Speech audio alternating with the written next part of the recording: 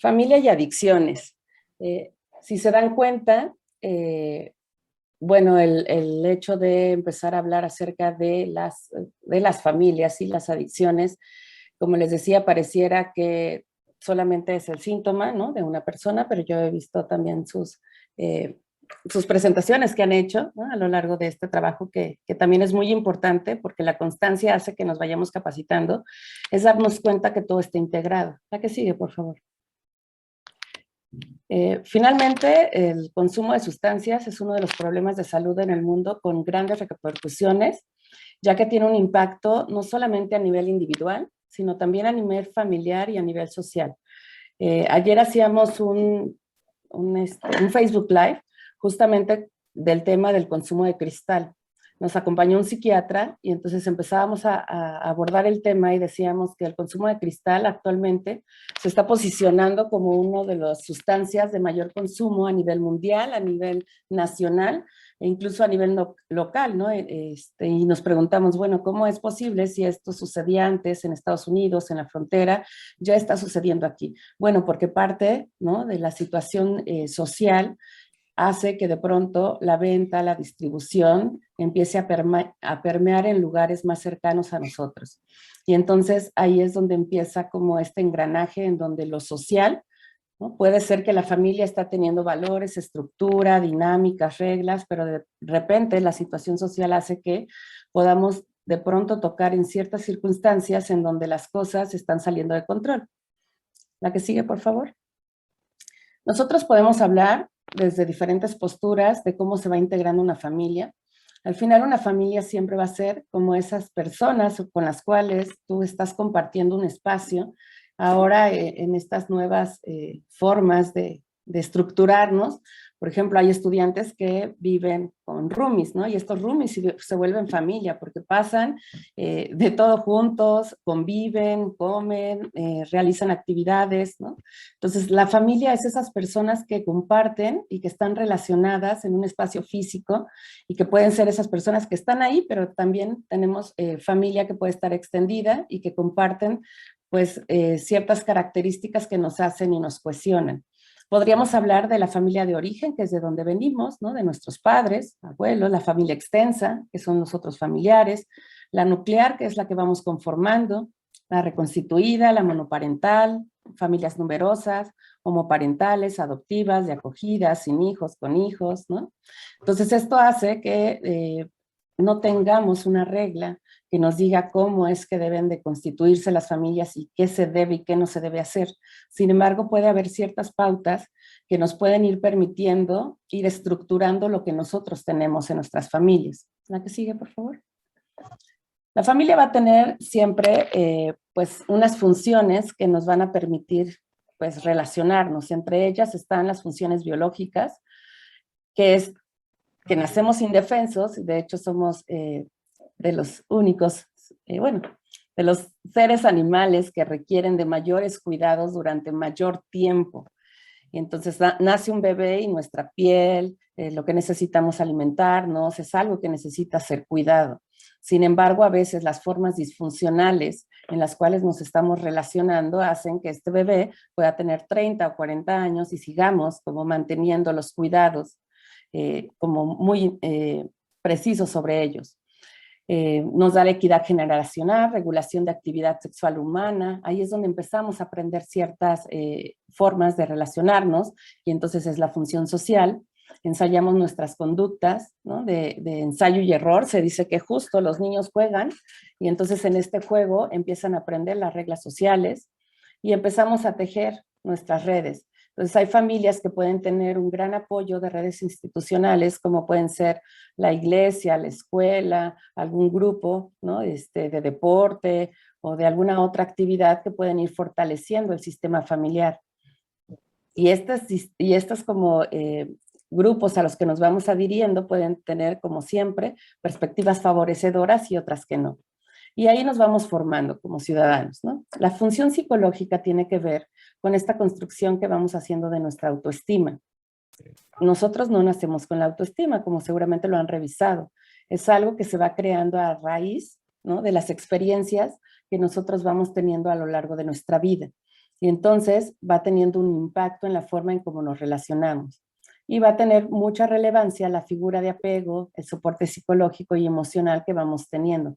A partir de ahí vamos teniendo o no confianza para realizar ciertas actividades y conductas. Y por otro, está la función educativa, que nos da la transmisión cultural, la transmisión de valores, la familia en el contexto escolar. Es muy importante que nosotros tengamos un equilibrio en todo esto. Entonces, a partir de aquí podemos ir viendo que cuando empezamos a tener una disfunción o ciertos conflictos, a lo mejor alguna de estas áreas puede estar desequilibrada. Y no quiere decir que estemos mal o que hayamos hecho las cosas completamente mal, sino que finalmente a veces también el contexto nos va llevando por ciertos caminos. El que el día de hoy estén aquí nos da la pauta para decir, bueno, a partir de lo que estoy mirando, qué cosas puedo o no fortalecer. La que sigue, por favor. Entonces, ¿qué clase de estructuras nos pueden dar o podemos tener en una familia? Esto nos va a permitir tener lazos de afiliación, ¿no? Puede ser a través de lazos de afiliación, lo que les comentaba, como a lo mejor cuando viven con roomies. Esto también es muy importante porque realmente las estadísticas nos dicen que en muchas ocasiones nuestros hijos o las personas que tenemos cercanas tienen que ir a otro espacio. Entonces, ¿cómo están siendo estos lazos? Si está siendo de parentesco o es una afinidad o por afecto, ¿no? Cuando nos enamoramos. Entonces, la tipología de la familia, ¿qué nos va a permitir? Nos va a permitir tener justamente maneras de ejercer poder. Y entonces, ¿este poder cómo está siendo? Yo estoy siendo autoritario, democrático, permisivo, con mi familia, con mis propias reglas. Y a lo mejor tuvimos una estructura muy rígida y autoritaria y entonces al momento de formar una familia empezamos a ser más permisivos. O de repente creemos que somos permisivos, pero estamos como jugando, ¿no? Entre sí te doy, pero de repente las reglas se ponen muy rígidas. Entonces, estas maneras de ejercer el poder, me gustaría que comiencen ustedes a reflexionar un poco cómo han sido. Ustedes son autoritarios, democráticos, permisivos. Básicamente el autoritario es aquí en este lugar se hace lo que yo digo y las creencias o la cultura es lo que yo digo porque así debe de ser, ¿no? En cambio, el permisivo, por miedo a perder a lo mejor el afecto o el reconocimiento, empieza a permitir ciertas conductas que a lo mejor para esa persona no están, o sea, no son parte de su construcción. Otra cosa que puede definir o irnos estructurando como familia son cómo estamos poniendo nuestras normas y nuestras reglas. A veces decimos, es que ya le dije, o sea, él debe de saber que llegar en la madrugada no es correcto. Sí, él lo debe de saber, pero hay reglas que podemos hacer explícitas o hay reglas que son implícitas. Y cuando nos estamos dando cuenta que una regla que debería de cumplirse, como no llegar a esa hora intoxicado, por ejemplo, tendríamos que entonces sentarnos y ver qué reglas está habiendo en la familia. A lo mejor este es un ejemplo como ya más al extremo, pero a lo largo de nuestra vida, ¿de qué manera vamos a decir las reglas y las normas? Porque a veces damos por sentado que el otro lo sabe. Y otro punto muy importante son los secretos familiares. Aquí me gustaría detenerme un poco y preguntarles, para ustedes, ¿qué significará tener secretos familiares? ¿Qué será un secreto familiar? Si alguien quiere compartir, puede abrir. Un secreto familiar puede ser que tenemos un baúl de oro escondido en la casa de la abuela, ¿no? Pero ¿qué más podría ser un secreto familiar? Adelante, la familia Sánchez Díaz se levantó su manita. Sí, ¿qué tal? Buenos días. Pues podría ser, por ejemplo, alguna situación en la que uno o dos de los bueno, más bien dos de los integrantes de la familia están en conocimiento y la otra parte de la familia tal vez no tenga ese conocimiento, dado en mi circunstancia como todavía pues enfermo de la adicción al cristal y la marihuana. Yo podría poner un ejemplo claro por ejemplo, si llego a fumar marihuana en mi casa, mi mamá lo sabe, pero el resto de mi familia pues tal vez no lo sepan porque pues no hay esa comunicación o porque no viven aquí. Podría ser ese un ejemplo tal vez, ¿no? Ok, sí, perfecto. Y además, el punto es que dices, los demás no lo saben, pero seguramente sí lo saben, por eso es la parte del secreto familiar, ¿no? Cuando en muchas correcto. ocasiones lo que creemos que el otro no sabe, todos se están dando cuenta que está sucediendo. Por ejemplo, cuando existe un problema de consumo, ¿no? Así, y lo tratamos de guardar, los hijos o las personas que viven en esa familia también empiezan a cuestionarse y a preguntarse, entonces, ¿qué es lo que está sucediendo? ¿Por qué se encierra? ¿Por qué desaparece? ¿Por qué se irrita? ¿Por qué si llega un poquito tarde mi mamá ya está enojada? ¿No? Entonces, los secretos familiares justo es eso. Lo que pensamos que no se van a dar cuenta cuando todos lo saben. ¿Alguien más tiene algún ejemplo o una idea? Ahí yo nada más añadiría que hay una línea muy delgada entre la interpretación personal a una realidad, digamos, colectiva, en donde cada una de las percepciones y de la idiosincrasia del individuo puede premiar una arista o un punto de vista que tal vez para la persona adicta enferma pudiera ser de otra forma, o inclusive para los directos, ¿no? Para las personas que están viviendo la realidad en el domicilio o con la persona, ¿no? En este caso conmigo. Bueno, hablo de mi experiencia. Sí, porque justamente cuando estamos en este spin, ¿no? De la enfermedad, creemos que lo que estamos viviendo es verdad. Y dependiendo también de la sustancia y el nivel de consumo, vamos a ir enfrentando diferentes situaciones, ¿no? Como hasta sintomatología aún más avanzada, como empezar con alucinaciones, con paranoia, y entonces no digo, y yo creo mi propia realidad porque lo estoy viviendo, pero creo que los demás no están dándose cuenta, ¿no? Esmeralda, su manita levantada. ¿Sí? Adriana. Sí, sí. Es que, bueno, puede ser, la doctora habla de los secretos familiares, ¿no? Bueno, en mi caso yo sentía que cuando supe lo que pasaba, yo no quería que nadie, absolutamente nadie se enterara.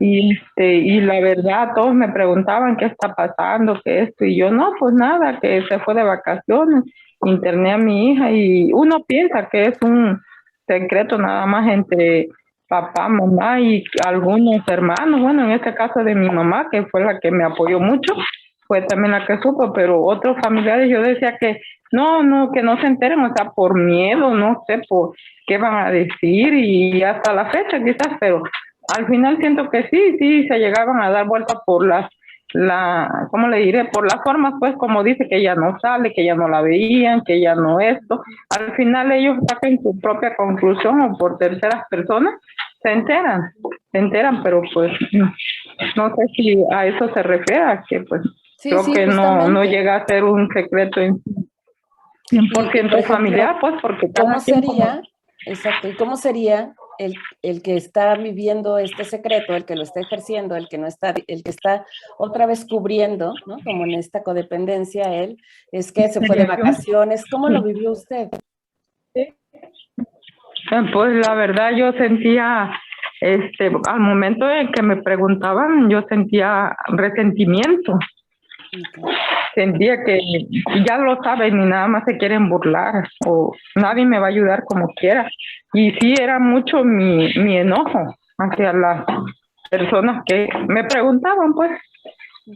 Sí se siente muy feo de no externar todo eso, porque pues incluso mis demás familiares tienen hijos de la misma edad. Yo le decía, no les voy a decir nada, porque pues a mí nadie me dijo nada.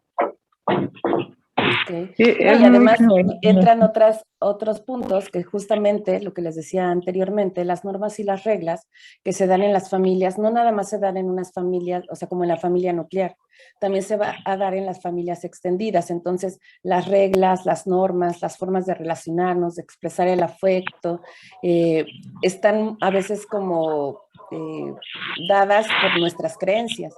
Entonces hay familias en las que dicen, no le vayas a preguntar, es una falta de respeto, no le vayas a lo mejor a cuestionar porque ella sabrá lo que hace, o no hay que meternos. Entonces, si hay familias en donde no se están comunicando las cosas, el día que yo estoy presentando un problema que está rebasando, porque entiendo que a lo mejor la persona quiera guardar como esta parte de confidencialidad para iniciar un tratamiento, pero cuando está siendo tan devastador, cuando ya también está causando este daño y esta angustia y este insomnio en la persona que está acompañando, en muchas ocasiones justamente por eso es importante empezar a trabajar nuestras emociones. ¿De qué manera yo voy a expresar y decir, me estoy sintiendo mal? ocupo un espacio, ocupo que me digan a lo mejor dónde hay un taller donde yo pueda ir a expresar mis emociones, mis sentimientos, o también que nos puedan dar una pauta de ayuda, porque a veces hacemos tan cerrado nuestro círculo que entonces cuando sucede una crisis, que la crisis sucede a las 2, 3 de la mañana, llega el vecino, llega la comadre, llega alguien que a lo mejor no está en conocimiento de qué proceso se lleva en un proceso de atención y hasta nos terminan recomendando centros que en lugar de beneficiar terminan siendo pues complicados, ¿no? Para la atención de nuestro paciente. O nos terminan dando consejos como vamos a darle algún remedio casero para una sobredosis y terminamos con problemas pues más severos. Entonces, esto es lo que nos va mostrando la tipología de una familia.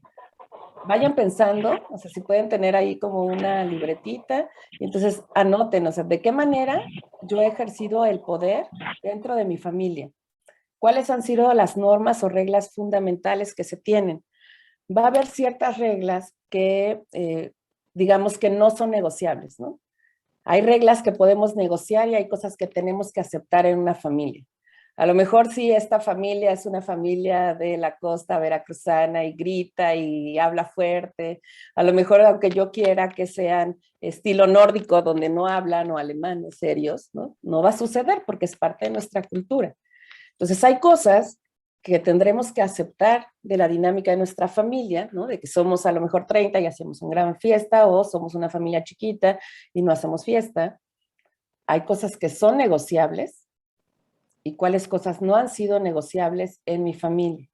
Y ahí es donde tenemos que tener cuidado, porque a veces las cosas que no son negociables son las cosas que terminamos permitiendo más. Y entonces vamos agregando y agregando y agregando, y de repente decimos, pero es que eso no era permitido, sí, pero el día 1 también lo permitiste. Entonces, los límites, la exigencia de esta triangulación, ¿no? En ocasiones me alío con mi pareja, con mi mamá, con la cuñada, y los demás no saben, ¿no? O cómo a lo mejor estamos, hay hijos que terminan parentalizándose, es decir, se vuelven como aliado de uno de los padres, y entonces en determinado momento, no sé si de repente alguien quiera compartir, un hijo termina apoyando las funciones que son desde, o sea, desde ser padre. Y entonces ese hijo está preocupado por dejar de estudiar para ir a trabajar y cuidar de la familia, por cuidar a la mamá, por ir a buscar al hermano que ya se salió o al papá que ya se salió y consumió. Y también esas son cargas que tienen que ver con estar ejerciendo funciones. No estoy diciendo que en ocasiones, pues como hijos no apoyemos, pero estamos ejerciendo funciones que corresponden a alguien más que en ese momento, al estar en consumo, no está pudiéndolas ejercer. Formas de afrontamiento, hay quien lo afronta. ¿Cómo serán las formas de afrontamiento para las personas? O sea, hay quien lo afronta como decidido y vamos a aplicar una estrategia y toma una decisión, pero ¿qué otras formas de afrontamiento para una situación de crisis se les ocurre que podemos estar teniendo? ¿Alguien más que quiera levantar su mano o abrir su micrófono? O sea, cuando hay algo, o antes, ¿no? O como dicen, le pasó al vecino y a un amigo, ¿ok? Cuéntenos, usted, Amado y Araceli, por favor. Yo creo que una de las formas de afrontamiento primero es reconocer qué problema hay al interior de la familia. Y dentro de las estrategias, en el caso de nosotros se buscó ayuda profesional a través de la clínica, el seguimiento posterior, y el hecho es de que el interés por ir todavía retomando parte de esa ayuda que nos continúan dando es precisamente para fortalecer o subsanar las fallas que ya nos habían pasado. Ok, muchas gracias. Angélica Castillo. Okay. Sí, porque yo no veo ninguno, o sea, nada. Aquí los veo. Angélica, okay. Adelante, tienes tu manita levantada. Gracias, buenos días. Bueno, pues yo no sé si entendí bien el concepto de las formas de afrontamiento, pero en mi caso especial, la persona que tiene un problema de adicciones es mi esposo. Y yo más bien no lo afronté de la manera en la que creo que se debería, como pedir ayuda o buscar como estas alternativas, sí las busqué, pero fue complicado porque mi esposo no quería.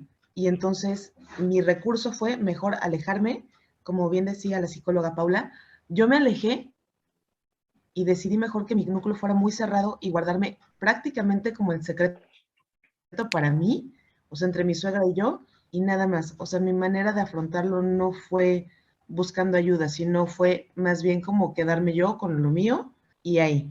¿Y eso llegó a generar consecuencias en ti, físicas o emocionales?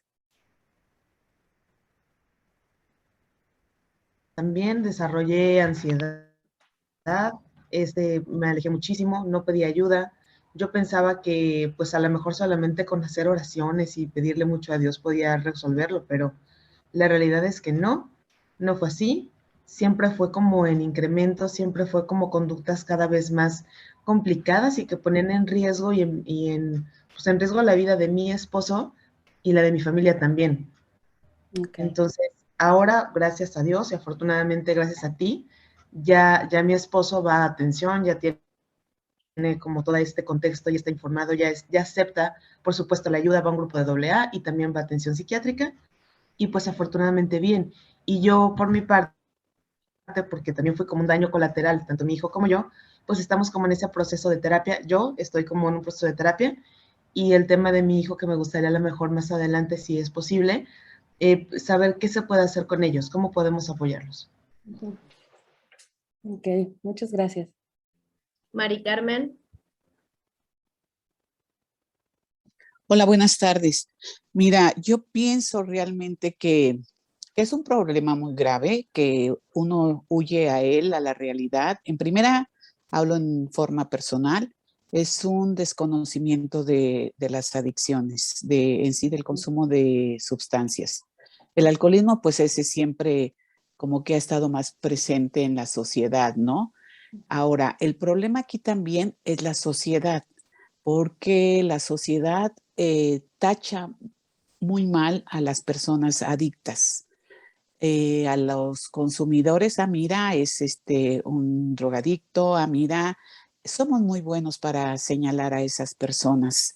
Entonces, parte de nuestra, en forma personal, mi ignorancia, porque así fue mi ignorancia, porque yo viví en una burbuja hasta cierto punto desde mi infancia, desde mi adolescencia.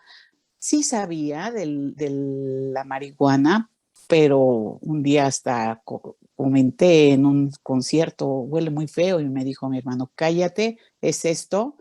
Y pues sí, entonces hasta ese momento ya de forma adulta conocí qué era, pero físicamente nada. Y sí es una herida muy grande que a uno como familiar le afecta al 100%, tiene que buscar ayuda, pero primero hay que aceptar que es una enfermedad, mejor dicho, dejarse guiar por los profesionales, porque uno nunca va a poder hacer nada solo. Decía la chica esta a la mano con las oraciones, pues las oraciones son buenas, sí son buenas porque te da paz espiritual, ¿sí? Entonces, en mi caso personal, y eso porque yo lo hablo, las oraciones sí me dan una paz espiritual, un encuentro con Dios, pero es cada quien como quiera vivir la situación o su problema. Si te alejas de la sociedad, de tus amistades, de la familia, hasta que tú vas asimilando el problema. Ese es parte del afrontamiento. Tú vas asimilando el problema, la enfermedad en primer lugar, ¿sabes? Aprendes aprendes que es una enfermedad la que tiene el familiar, ¿no? Y aceptar esa enfermedad. Sabemos que sí tiene control, pero no tiene alivio. El control son las terapias, hasta cierto punto, la atención psiquiátrica, medicamentos, y la parte principal es que la persona enferma acepte a ser atendida, porque como todo enfermo, parte de su salud, de su alivio, de su recuperación, es el médico las medicinas si es necesario y que el paciente quiera recuperarse. Mientras el paciente no se quiera recuperar, por más que hagas tú y deshagas, no está a tu alcance. Entonces, definitivamente es un conjunto de situaciones que tú debes armonizar en ti, porque tú eres el familiar es el más dañado. ¿Por qué? Porque el otro está inconsciente, ¿sí? Y entonces uno corre peligro de agresiones, corre peligro de cualquier peligro. Y siempre estás el qué dirán. Ay, qué dirán. Yo creo que eso lo debemos descartar completamente, aceptar que tenemos un familiar alcohólico, drogadicto, un familiar enfermo, ¿sí? Enfermo. Lo han dicho muchas veces, la diabetes, hipertensión arterial, corazón, cáncer, lo que quieran. Pero como sociedad, si tenemos ahorita un buen grupo de participantes, nosotros enfrentar esta situación y tomar las riendas con la actitud positiva, nosotros, nuestra actitud, cambiarla y echar para adelante todo lo que se pueda con uno Exacto. Para poder de alguna manera balancear el problema que se está viviendo, ¿sí? Entonces, eso es muy importante que uno como familiar no se venza y echarle las ganas a uno mismo. Uno es el que va a ayudar inconscientemente con su actitud a su enfermo y olvidarse de la sociedad. Si fulanito de tal, si oyó los gritos, es tu casa, ¿sí? Oyó los gritos, no me importa. ¿Cuántas veces no oyen los gritos de que están borrachos o de que la otra persona es agresiva? A mí ahora lo he comprendido. He trabajado demasiado para aceptar todo este conjunto de situaciones. He trabajado con mi familia que es muy grande, porque yo llamo familia no nada más a mi esposo y a mis hijos. Generalizo la palabra familia a mi madre, a mis hermanos, a mis sobrinos, a todos. Y hacemos todos un frente común, porque todos saben ya de la enfermedad del familiar. Entonces, eso es un frente común para que en un momento dado ellos también te puedan ayudar. Muchísimas gracias. Es lo que puedo decir. Muchísimas gracias. Justo. O sea, si se dan cuenta, el proceso no es sencillo.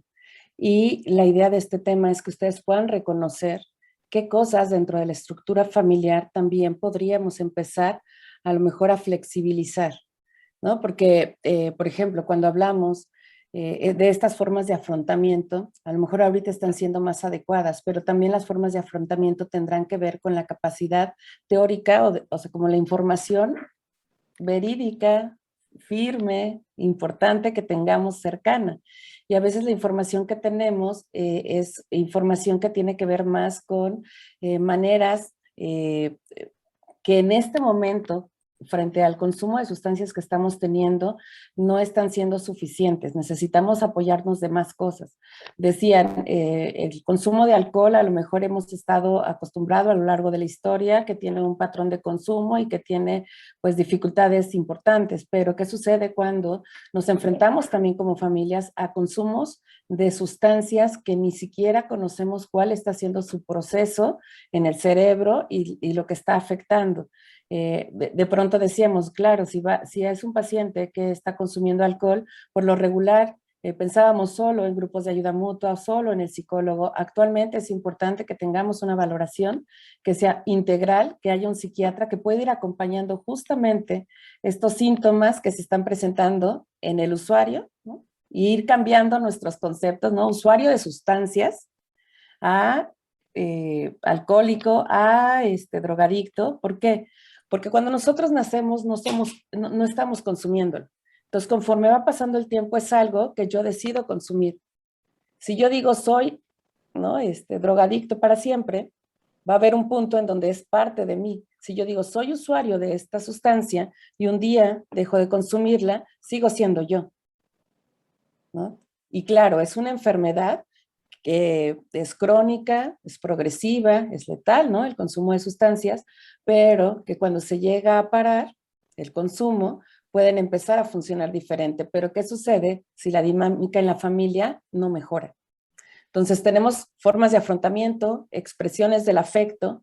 Hay quien, les decía en un inicio, ¿no? Estamos frente al cuidado de nuestros hijos y nos volcamos ante ello.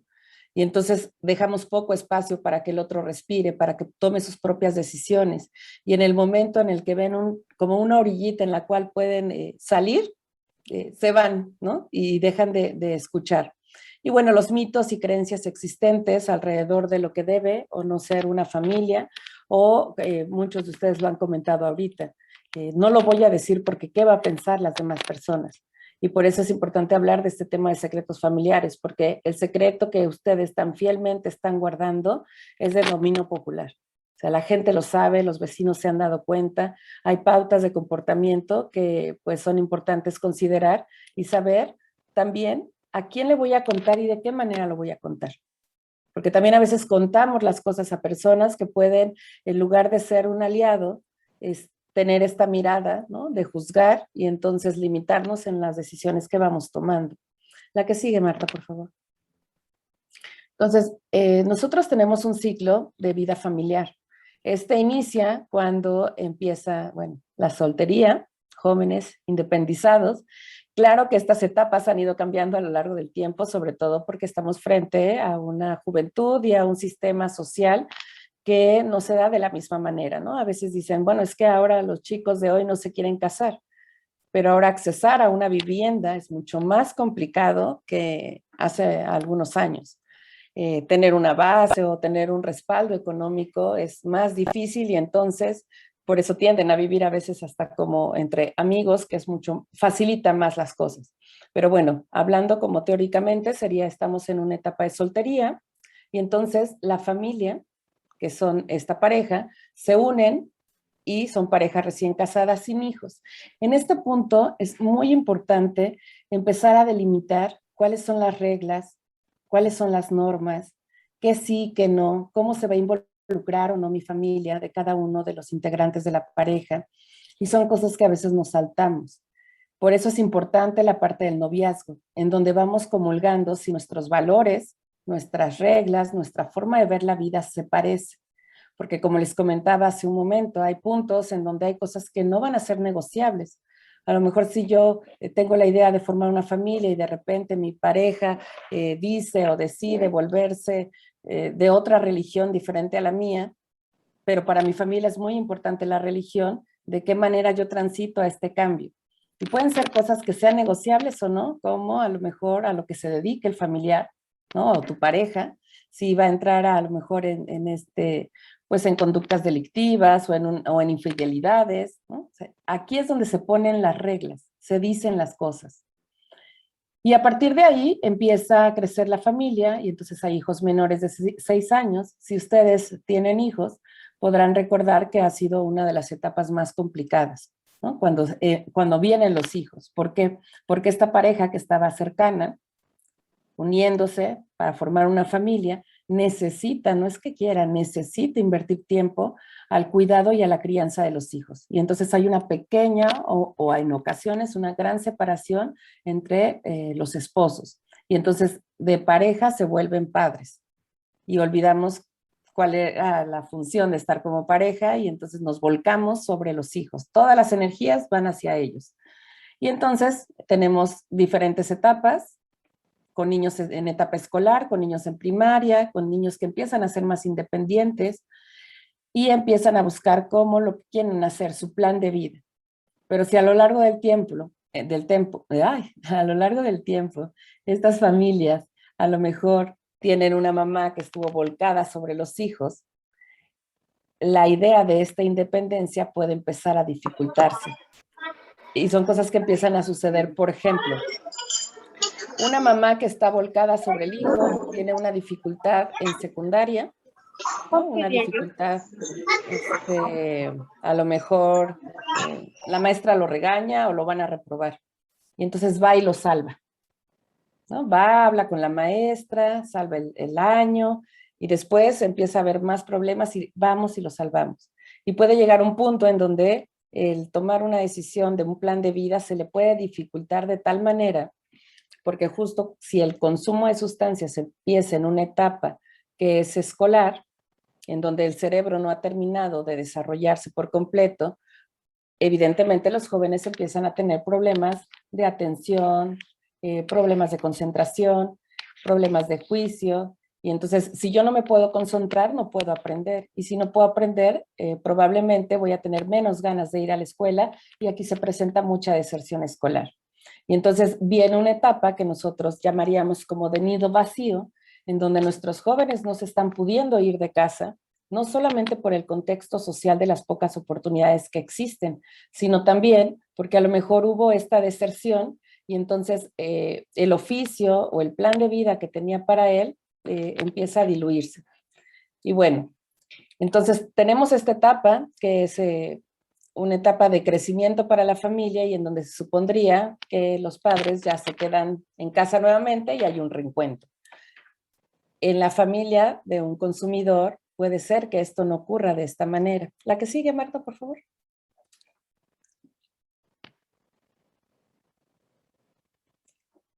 Y entonces empezamos a tener roles diferentes en la familia, ¿no? Aquí le poníamos adicto, pero es usuario de sustancias, ¿no? Y adicto, puse la palabra así porque es justamente ese que no está hablando, ¿no? Adicción viene de la palabra que es dicción, habla, y a, sin. Entonces, una persona que está en un proceso adictivo, podríamos decir en la etimología que no está hablando de lo que siente. Entonces, tenemos diferentes roles. Hay alguien que puede volverse el cuidador. Ustedes piénsenlo en la dinámica que se da en sus familias, en donde alguien empieza a tener consumo y entonces alguien empieza a suplir las tareas. Llevar a los niños, a lo mejor tareas de trabajo, de llevar dinero a la casa, y se facilita la adicción de cierta forma. Hemos tenido casos de verdad que de pronto el miedo a perder a la persona, ¿no? Y estos mitos y estas creencias que tenemos pueden hacer que el familiar le permita el consumo en la misma casa. Incluso cosas tan fuertes como mejor fui a comprarle yo la sustancia a que él vaya y esté pues con un dealer que le puede hacer algo. Pero la que fui a buscarlo fui yo, ¿no? Entonces me estoy exponiendo también a ese riesgo. Entonces, hay alguien en la familia que de pronto se vuelve un cuidador, hay quien se vuelve rebelde, ¿no? Y entonces está habiendo un problema de consumo con mi papá y entonces yo dejé la escuela y entonces en lugar de estar viendo lo que sucedía entre ellos, pueden estar volteando a ver hacia el hijo.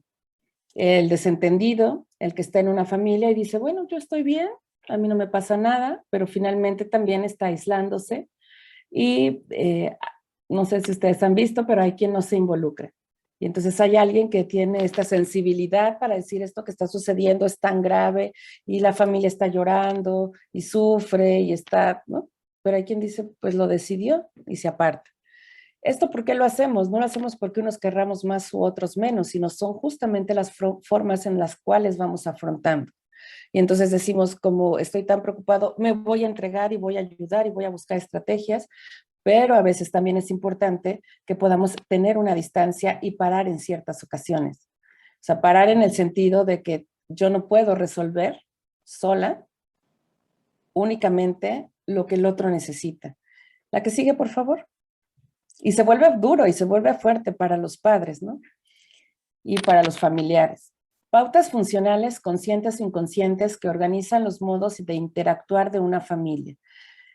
Esto es lo que les decía hace un momento, ¿no? Hay cosas que están explícitas y que nos hacen funcionar y hay cosas que son implícitas. Y a veces la manera en cómo nosotros abordamos una situación en determinado momento pudiera ser hasta ambivalente. Estoy diciendo que te amo, que quiero que estés bien, pero lo que estoy haciendo, la forma que estoy afrontando, la manera que estoy gritando, la manera que estoy llorando o somatizando, no está permitiendo que haya como un camino para la mejoría. La que sigue, por favor.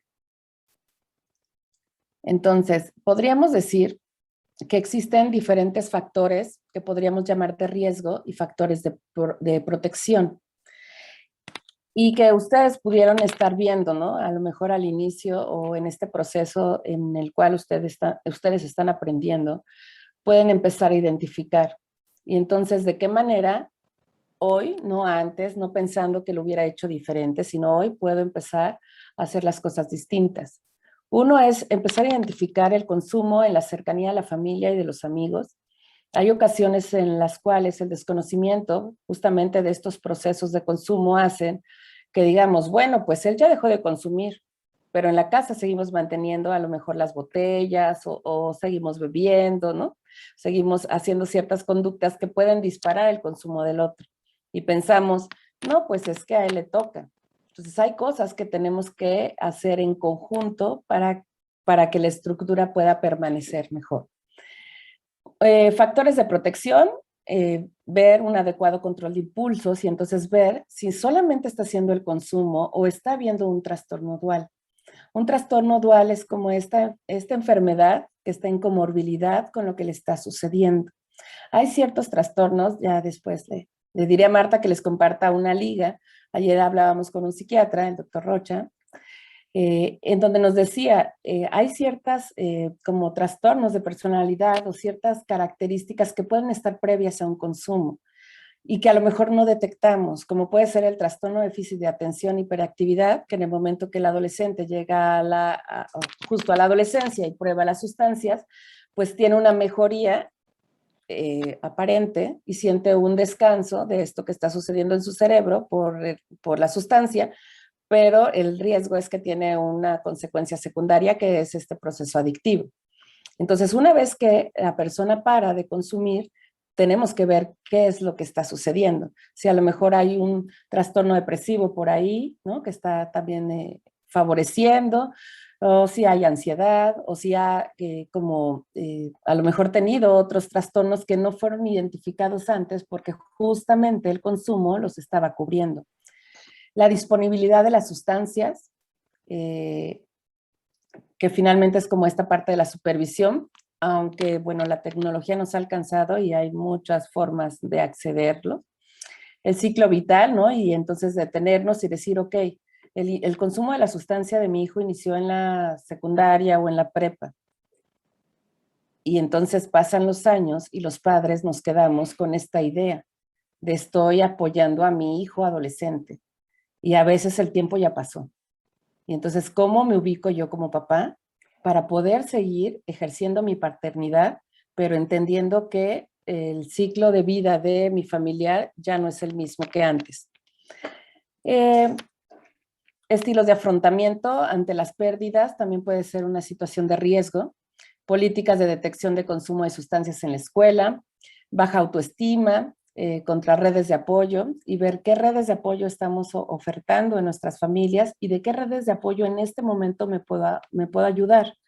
A lo mejor cuando estamos en formación nos acercamos a una institución, a la iglesia, a una asociación, al deporte, pero aquí sí sería interesante a lo mejor que ustedes me pudieran decir, en este momento que están en este proceso de recuperación, ¿qué redes de apoyo, aparte a lo mejor de el psiquiatra, el médico, el psicólogo, el grupo, se están apoyando?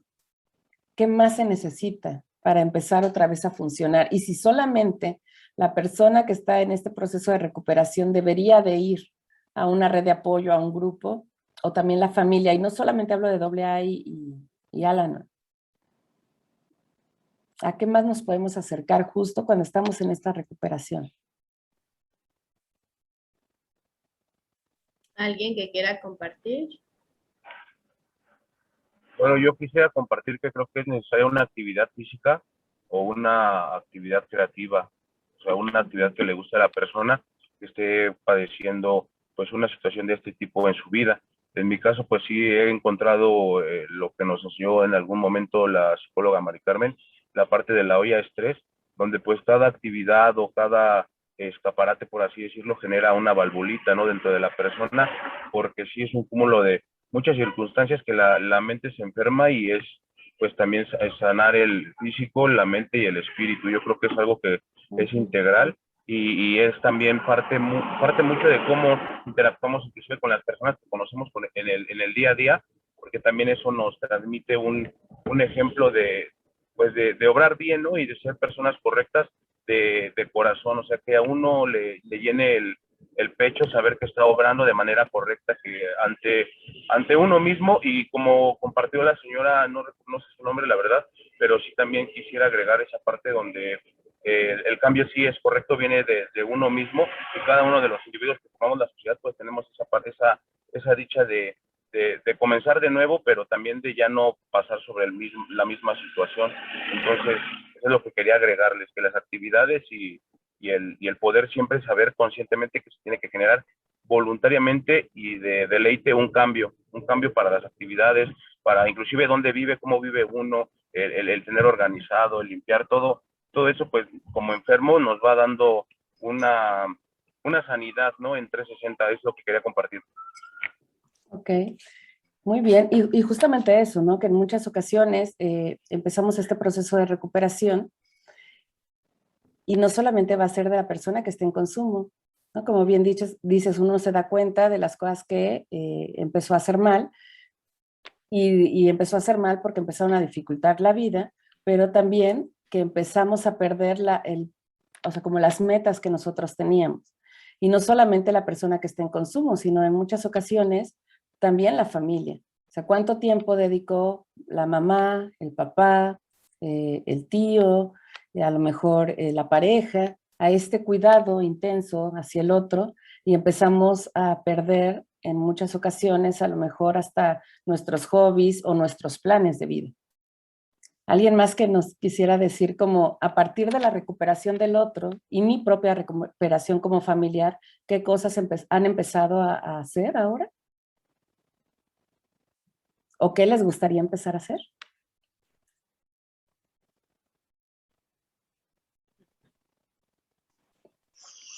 En este caso, tener independencia de uno mismo y dejar a la pareja que sea como es, sin estarlo presionando para los cambios personales de él. Uno debe de ver también sus cambios personales de uno mismo para poder ayudar a la persona afectada. Y sí, efectivamente hay otras formas de cómo ayudarnos nosotros mismos y ayudar al familiar. Pues hay personas que luego no quieren asistir a grupos o a grupos de alcohólicos o algo así, pero como decía el compañero, puede ir uno a una iglesia y también tener actividades o algunos centros donde pueda uno ayudar a otras personas como asistencias o platicar nuestras propias vivencias, y de esa forma nos desahogamos como tanto ayudamos a otras personas, y actividad física también sobre todo, porque mientras se mantenga uno ocupado, la mente no está pensando en ese tipo de cosas.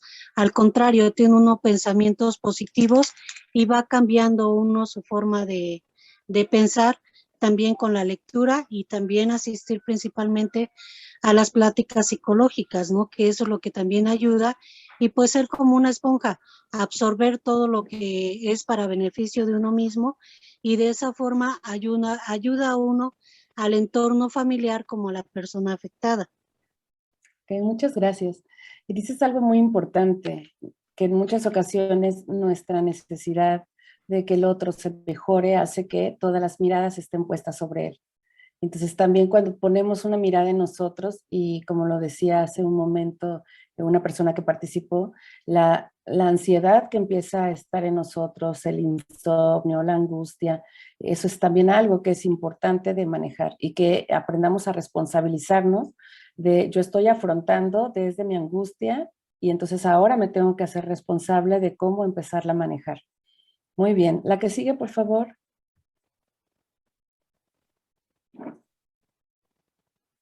Ok, ¿cómo se puede comenzar? Pues justamente esto que han empezado a hacer muy bien, que es trabajar en la integración. Diferenciar, esto sí me gustaría como puntualizarlo, diferenciar cuando los conflictos en las familias están siendo conflictos de pareja, de conflictos de crianza o de conflictos económicos, porque a veces los mezclamos.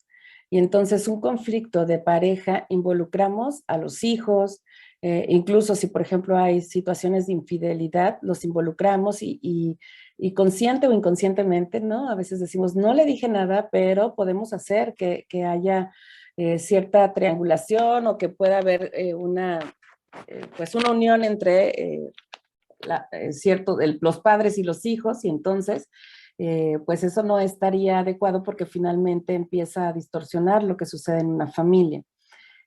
También de pronto decimos, tenemos conflictos familiares, económicos, y cuando los hijos preguntan qué pasa, no pasa nada. Es importante también en muchas ocasiones, dependiendo de la edad y del ciclo vital, que podamos dar información a todos los integrantes que están en nuestras familias.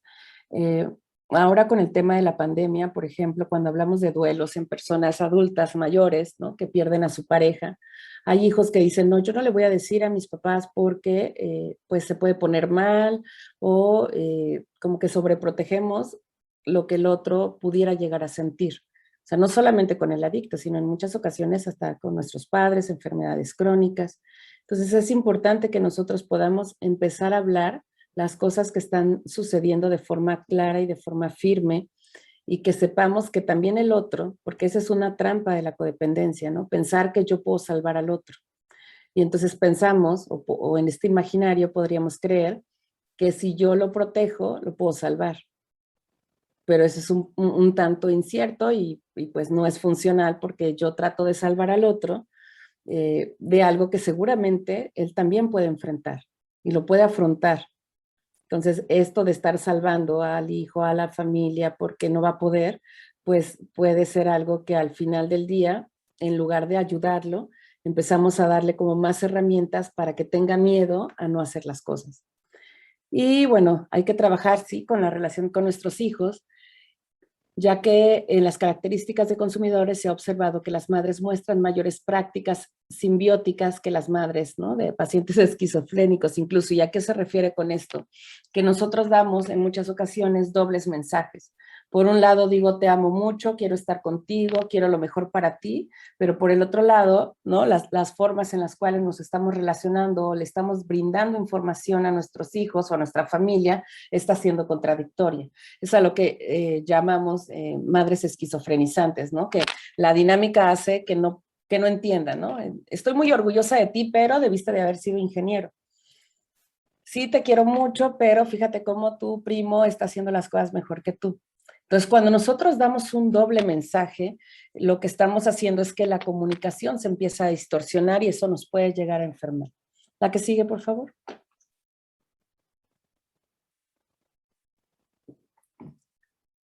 ¿Cuáles son algunos de los tópicos que podemos, o los temas que se manejan en las familias cuando existe una persona que está en consumo? Podemos hablar de violencia, venganza, ira, descontrol, maltrato, agresividad. Todas estas cosas llegan a suceder en mayor o en menor medida.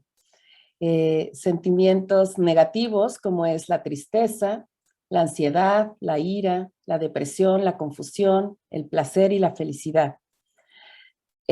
Por ejemplo, si ustedes tuvieran que reconocer sentimientos negativos que han tenido ante una pareja o un familiar que está en consumo, ¿cuál ha sido la emoción más desagradable que les ha tocado tener?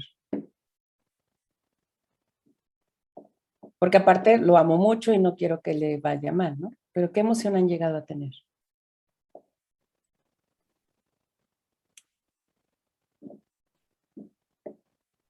Angélica, adelante. Yo creo que el sentimiento más fuerte que he llegado a tener es como mucha decepción, enojo y tal vez ansiedad. Ok, muchas gracias. Miss Mariela dice tristeza y decepción. Saludos. Pues sí, la tristeza, la decepción, ¿por qué? Porque en muchas ocasiones también, lo que les comentaba al inicio del ciclo vital de una familia es elegimos a alguien. Y a veces elegimos, se dice que podemos elegir una pareja por pues muchas razones, pero podríamos categorizarlas en como esta parte de atracción física, atracción mental, atracción emocional o incluso una atracción espiritual, ¿no? Es lo que nos compone a los seres humanos y nos podría dar equilibrio.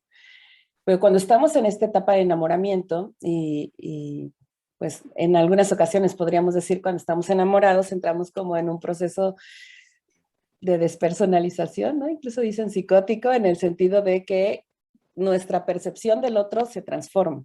Y estas endorfinas y esta dopamina que estamos teniendo al estar cerca de alguien empieza a crecer. Y entonces es como si tuviéramos una venda. Y esta venda nos impide ver la realidad.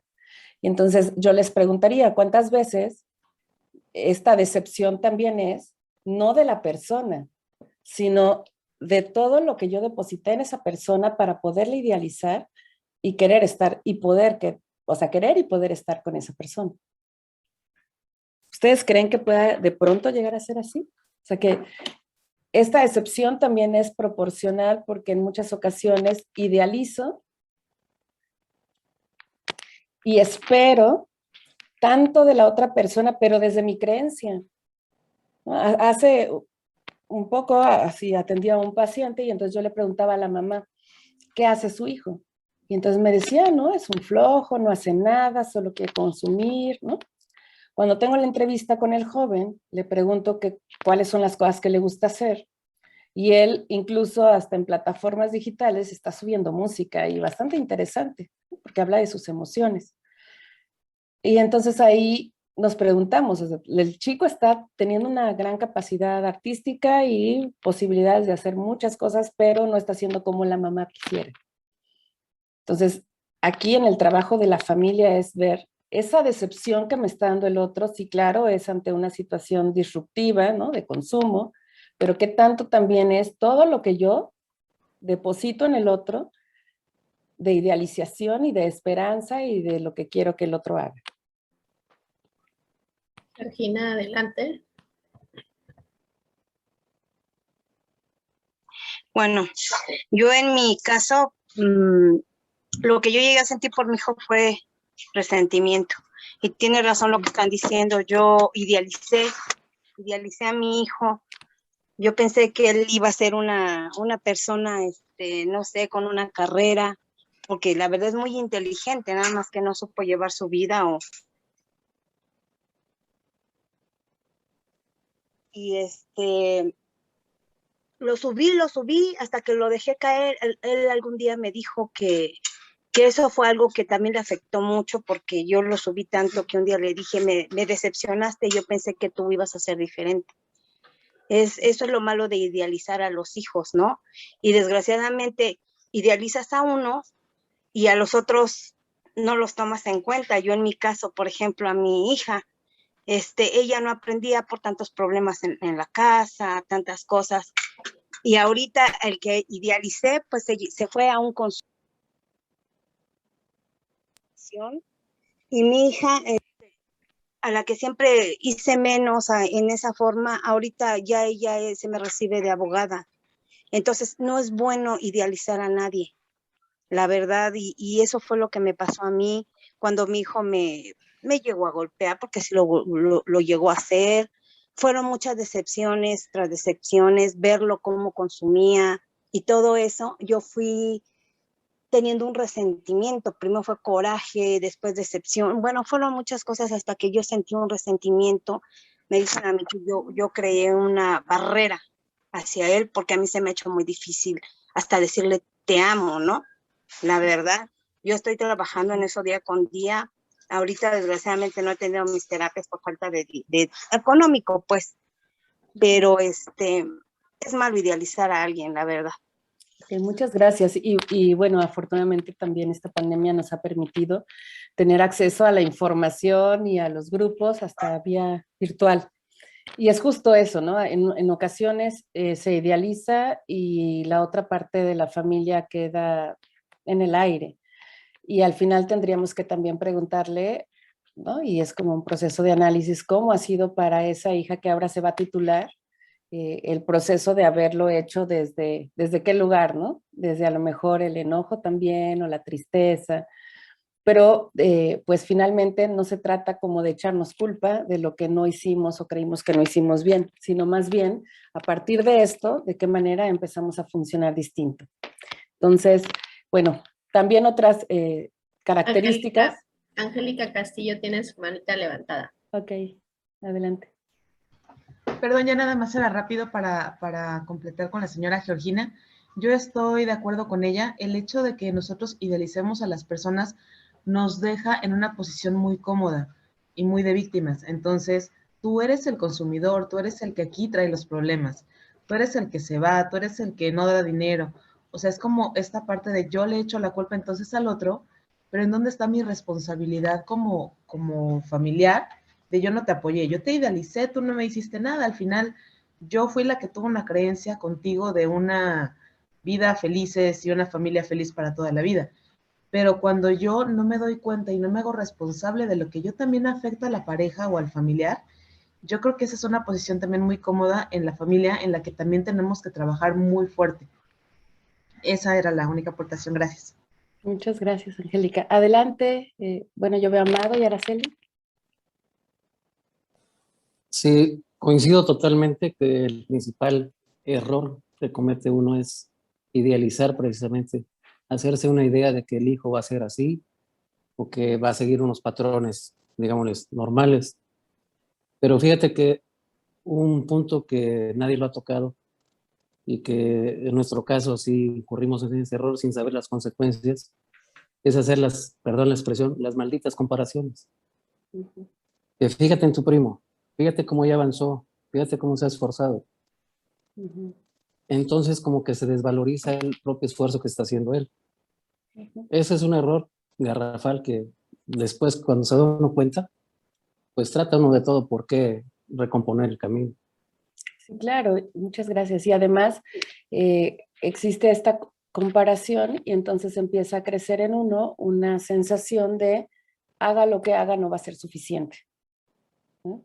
Y entonces es una, tanto en la persona que está en consumo como alrededor de la familia empieza una carrera por tratar de que el otro me reconozca. Y entonces a veces no importa que lo que yo ofrendo, ¿no? Para que me reconozcan, sea mi tiempo, mi salud mental, mi dignidad, pero con que el otro me vea bien, yo me mantengo en esa relación, ¿no? Y para ir avanzando, bueno, la falta de entendimiento, búsqueda del vínculo, ¿no? Con la madre o con el padre, de necesito estar en la cercanía, pero me acerco y entonces voy a ser juzgado, ¿no? El exceso o déficit de autoridad que nos da estos dobles mensajes. La que sigue, por favor.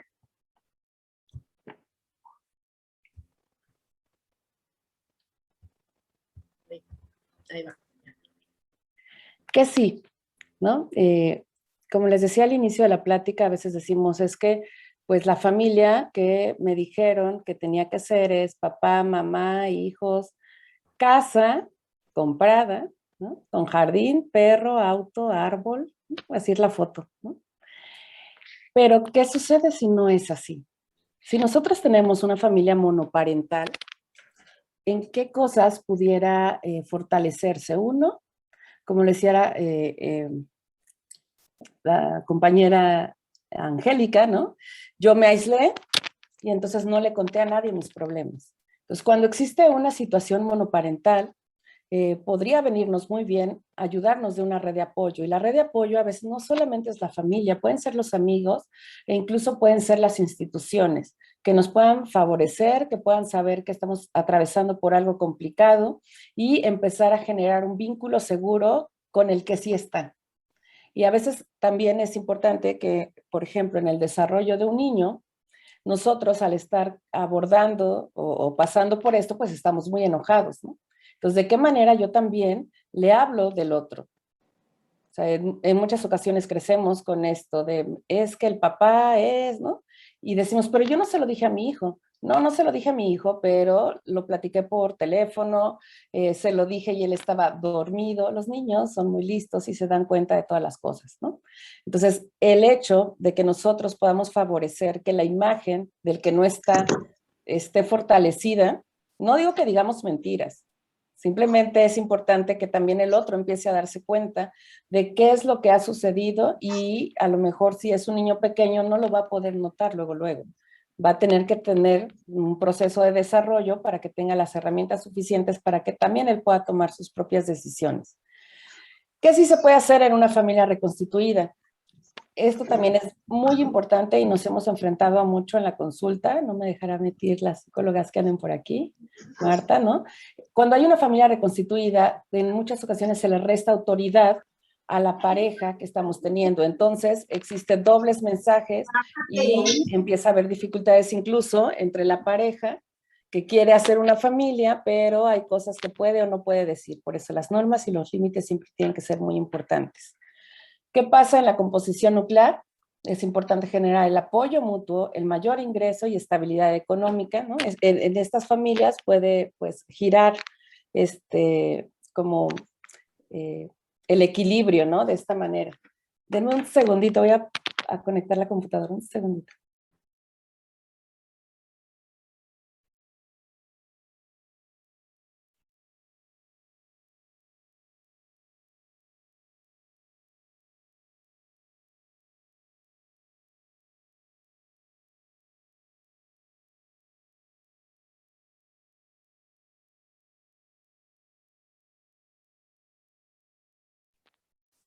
Listo. Entonces, bueno, evidentemente, pues en una composición nuclear, pues podría haber mayor equilibrio. Sin embargo, a veces tampoco sucede. En las familias en transición, por ejemplo, también nos enfrentamos mucho a esto, es cuando la mujer se incorpora al campo laboral y en ocasiones también hay hombres que están haciendo las tareas del hogar. Y entonces, ¿cómo como familias vamos a aceptar estos cambios de género, como de situaciones sociales que estamos enfrentando?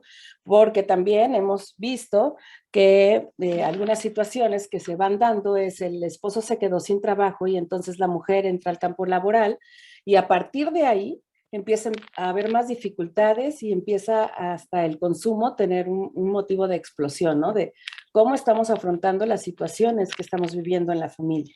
La que sigue, por favor. Y bueno, una de las recomendaciones más importantes es que aprendamos qué es la enfermedad del consumidor y nuestra propia enfermedad. O sea, sería muy narcisista de nuestra parte pensar que solamente el otro es el que está mal y que todo lo que yo voy decidiendo está bien. Por eso es importante que podamos decir, hay a quien le ha servido ciertas cosas o ciertas actividades, y aunque me hayan dicho que eso funcionó en muchos, también tengo que ser humilde y decir, esto es la ayuda, pero también la puedo cuestionar y hasta cambiar de idea, ¿no? No por ser la familia que está apoyando vamos a ser los sabedores de todo. Identificar qué conductas son protectoras y que están yendo a la protección al máximo y que estos sean nuestros propios desafíos, ¿no? A lo largo de esta plática seguramente ustedes identificaron la forma en cómo se están relacionando, cómo están afrontando las cosas y podrían ir diciendo, ok, mi desafío es confiar más en los demás, buscar una red de apoyo, no seguir favoreciendo que esto continúe y va a llegar un punto en donde las familias tienen que también tomar decisiones. Examinar mis... ¿Perdón? Ok. También examinar mis resentimientos que alguien decía, ¿no? O sea, esto empieza y este proceso familiar empieza y tenemos una idea de ayudar. Pero no dura un año, 3 meses, incluso puede durar muchísimos años, hasta la etapa de desarrollo de nuestros hijos. Y entonces empieza a haber resentimientos.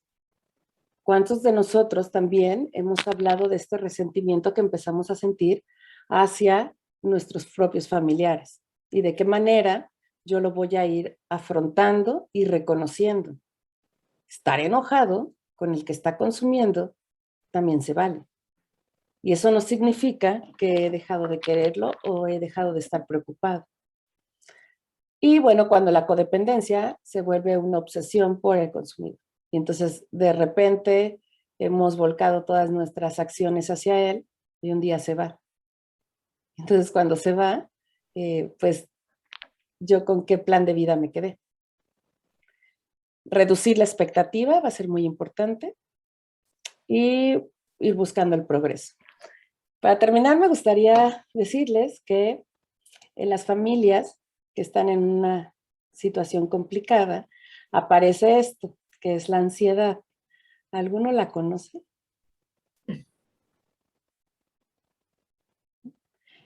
La ansiedad es eso que sentimos de hiperventilación, ¿no? He tenido pacientes que son referidos de sistemas de urgencias porque fueron y le dijeron en urgencias, estoy teniendo un infarto.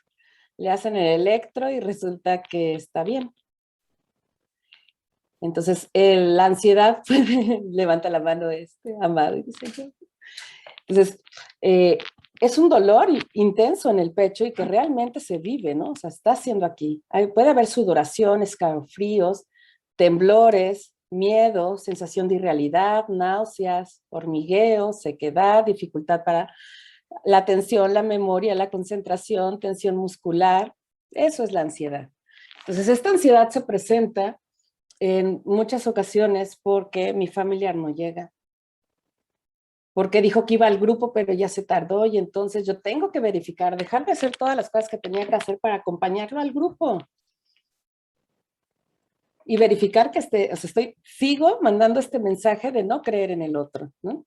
Entonces estamos en casa, ansiosos, preocupados. Fíjense que las estadísticas nos hablan que también de pronto puede empezar a haber un incremento en el consumo de tabaco, en el consumo de analgésicos, en los familiares.